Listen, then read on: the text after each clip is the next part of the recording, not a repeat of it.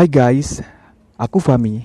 Hari ini aku ingin baca bab kelima yang bertajuk Masih Cinta pada novel Menikahi Calon Kakak Ipar. Kalian bisa membaca novel ini di Story On. Untuk lebih cerita menarik, jangan lupa di subscribe. Kamu menyukainya? Tanya Arkan berbisik pelan di telinga Shashi. Arkan membawa barang-barang Shashi di kedua tangannya. Sesuai perkataannya kemarin, dia menjemput istrinya untuk tinggal di rumah yang kini menjadi milik mereka. Sayangnya, Arkan baru bisa mendatangi rumah Shashi saat pekerjaannya telah selesai di sore hari. Beruntung baik Shashi maupun mertuanya memahami Arkan. Meski sudah dapat dipastikan, Shashi memang enggan untuk tinggal bersama dengannya. Semua itu terlihat jelas saat terjadi drama di antara mereka. Ini rumah kakak. Shashi mengerutkan keningnya saat matanya menjelajahi rumah besar tersebut. Muaknya menggeleng tak percaya. Maaf jika rumahnya kecil. Aku harap kamu bisa betah di sini. Ucapan bernada rendah membuat Shashi mendelik ke arah Arkan. Matanya menyipit curiga. Rendah hati? Tidak. Shashi tidak akan terpengaruh oleh kata-kata itu. Dia jelas belum bisa menebak seperti apa Arkan yang sebenarnya. Membuat Shashi lebih menghiraukan perkataan Arkan dan masuk ke rumah. Kakinya terus berjalan dengan pandangan yang tak berhenti mengamati sekitar. Dia takjub bukan main. Rumah ini sama sekali tidak bisa dikatakan kecil. Ada begitu banyak barang mewah dengan seni arsitektur klasik. Kepala Shashi hanya bisa menggeleng. Sebenarnya apa pekerjaan Arkan sampai dia bisa membeli rumah semewah dan semegah ini? Kak, apa pekerjaanmu? Tanya Shashi. Dia membalikkan badannya dan menatap Arkan dengan tatapan penasaran. Baru kali ini, laki-laki itu membuat dia mau bertanya. Beberapa hari kemarin, Shashi lebih memilih acuh dan tak peduli dengan latar belakang Arkan. Meski dia sebenarnya cukup dilanda rasa penasaran. Hanya saja Shashi pikir itu bukanlah hal yang penting. Sekarang sepertinya dia berubah pikiran. Kamu mau tahu? Jawab Arkan terlampau singkat. Tentu saja, Shashi menganggap mendengar pertanyaan dibalas dengan pertanyaan. Dia spontan menepuk jidatnya dan menatap gemas ke arah suaminya. Tentu saja. Aku ingin tahu kakak kerja di mana dan apa jabatan kakak. Apa itu penting? Lagi-lagi Arkan tidak mau menjawab. Dia sepertinya terang-terangan tidak mau memberitahu Shashi tentang pekerjaannya. Kalau kamu ragu aku bisa membayar hidup atau tidak, kamu tidak perlu khawatir. Uangku lebih dari cukup untuk menafkahimu dan 9 anak kita. Apa? Anak? 9? Mulut Shashi mengganga lebar. Dia tidak percaya dengan perkataan Arkan hingga membuat pikirannya kontan membayangkan jika itu terjadi 9 anak. Shashi tidak sanggup memikirkannya. Dia langsung bergidik ngeri. Kakak gila. Kakak buat sendiri, aku tidak mau. Setelah mengucapkan kalimat tersebut, Shashi langsung berjalan sambil mengetakkan kedua kakinya dan berjalan menuju sofa di ruang tengah. Disusul oleh Arkan yang ikut duduk di samping Shashi dan menyandarkan kepalanya di bahu sang istri. Tidak memedulikan perkataan Shashi di sana, Arkan memejamkan matanya. Dia jelas lelah kerana belum sempat beristirahat dari tadi siang. Pulang bekerja, Arkan langsung bergegas mendatangi rumah mertuanya dan kini tubuhnya sangat pegal sekaligus lelah. Arkan ingin tidur. Kak Arkan, jangan begini, decak Shashi. Sedikit tidak nyaman dengan keluhan Arkan. Merasa aneh saat Arkan bertindak seolah mereka sangat dekat.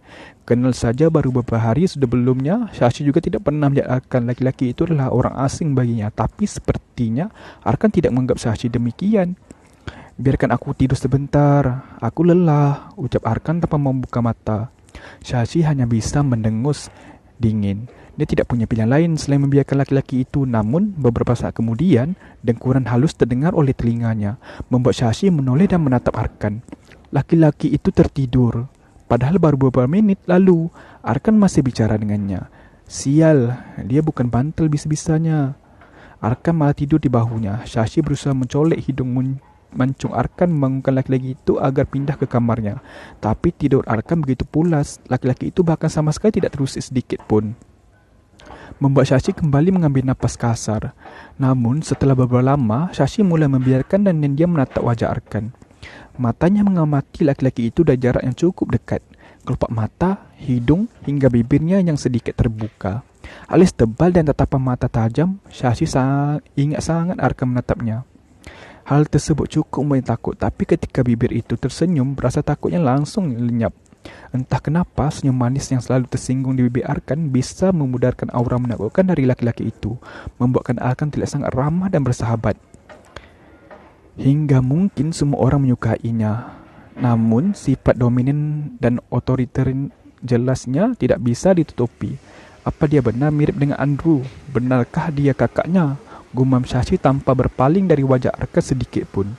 Menyebut nama Andrew membuat Shashi kembali mengingat pengingatan yang dilakukan oleh kekasihnya itu. Yang dilakukan oleh mantan kekasihnya itu.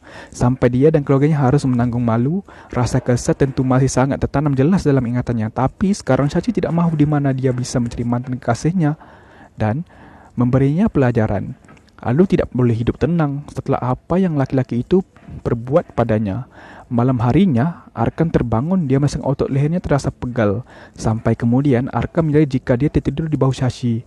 Terlihat wanita itu juga tertidur sambil bersandar di sofa, membuat Arkan menggeleng melihatnya. Mengusap wajahnya kasar saat sadar kalau dia tertidur terlalu lama. Shashi, Shashi, serunya tak membangunkan. Seruannya tak membangunkan sang istri. Mungkin Shashi juga merasa lelah atau dia tidak bisa bergerak dengan tubuh Arkan yang bersandar di sana.